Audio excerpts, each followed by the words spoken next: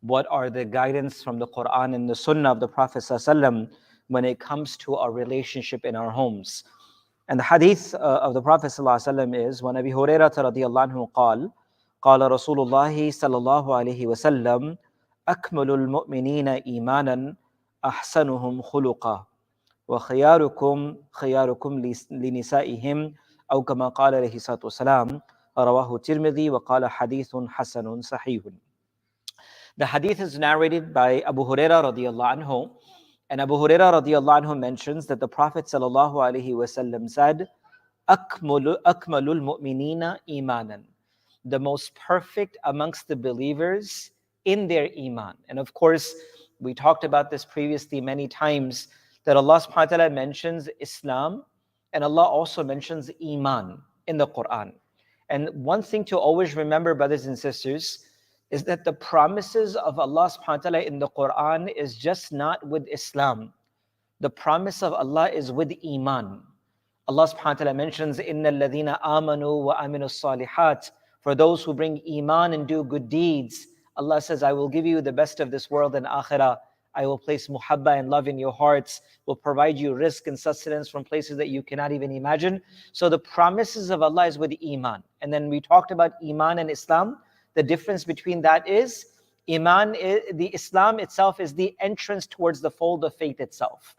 And Iman is something that builds over time with the conviction of the promises of the words of Allah and His Rasul in our lives. Like the Bedouin said in the Quran, that قَالَتِ الْأَعْرَابُ آمَنَّا, Bedouin said, I brought Iman. Allah subhanahu wa ta'ala mentioned the ayat of the Quran and said, no, don't say you brought Iman, say you brought Islam.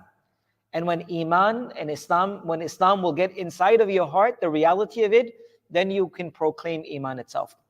But in this particular hadith, the Prophet ﷺ is not even saying Iman. Rasulullah ﷺ is saying, Akmalul al-mu'minun, the most perfect of those who are mu'mineen, even the believers. If you want to reach the perfection of Iman, Imanan, ahsanuhum khuluqan, the best way towards that is the one who perfects their akhlaq and their manners. Rasulullah said, from amongst those who have perfected their iman towards the best of the way are those who have perfected their akhlaq and their manners.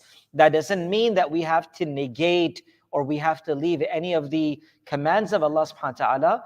It means that after fulfilling all the commands of Allah, our salah, our prayers, the obligation and fara'iz, the things that lead a person towards the perfection of iman is the akhlaq of a person.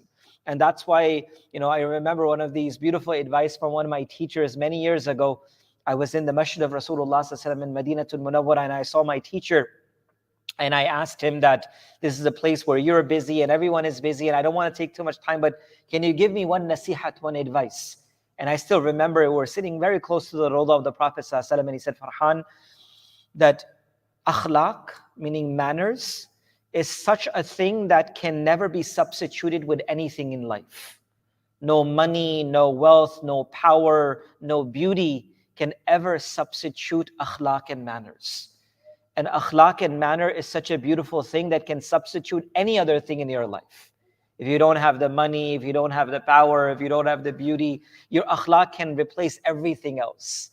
But nothing can replace akhlaq themselves. So the Nabi of Allah in his hadith mentions, Akmalul mu'mineen, from amongst those who have perfected iman, believers, are those who have perfected their akhlaq, and ahsanuhum khuluqan, they have the best of akhlaq and manners. Last but not least, then Rasulullah further continued his hadith and concluded by saying, وَخِيَارُكُمْ خِيَارُكُمْ لِنِسَائِكُمْ, and who is the best of the individuals amongst you? The best of you are those who are the best to their wives, the Nabi of Allah mentioned. Because the true akhlaq and manners of a person can only be given to those that they spend their entire lives with, and especially our homes and our families, our parents, our siblings, and especially our spouses would be the number one individual to tell about our true mannerism and our akhlaq, because they go through the thin and the thick and the ups and the downs of our lives. As I usually say to a lot of our young weds and newlyweds, that it's very easy to keep 8 to 4, 9 to 5 corporate face. You think you're the most charming, amazing, best individual.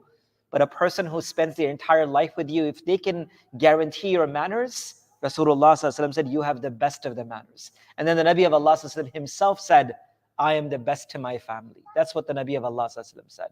So along with, inshallah, building our iman and the consciousness of Allah, two things to take back. We should always work towards enhancing our akhlaq, our manners. Always try to better our akhlaq.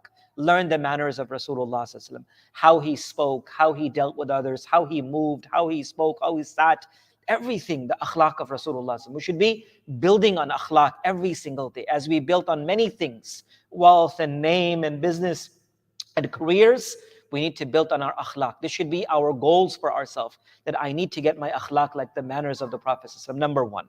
Number two, we can all do a little better to be a little more nicer towards our families, and especially towards our spouses, appreciating one another, thanking one another, and doing a bit more for them, because there's always a bit more that we can all do. As the Nabi of Allah said, خَيَارُكُمْ لِنِسَائِهِمْ, that the best of you are those who are the best to your wives, meaning your relationship with your spouses are the best. May Allah give us tawfiq and ability to practice whatever good has been shared, inshallah. Subhanallah wa bihamdi, subhanakallah wa bihamdi.